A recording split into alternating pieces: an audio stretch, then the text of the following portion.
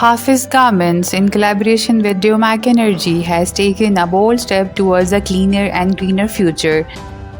This partnership is built on a shared commitment to reduce carbon emissions and drive sustainable progress. Together, they have successfully executed a 500 kilowatt solar power project designed to transform how energy is consumed.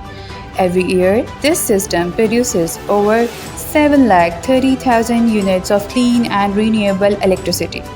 The benefits go far beyond the energy generation. For Hafiz Garments, it means annual savings of more than 30.66 million rupees in electricity costs, saving that directly strengthen the operations, competitiveness, and the growth. For the environment, the impact is even more meaningful. This project prevents 438 tons of carbon emissions every year. To put that into perspective, it is the same positive effect as planting 19,909 trees every single year.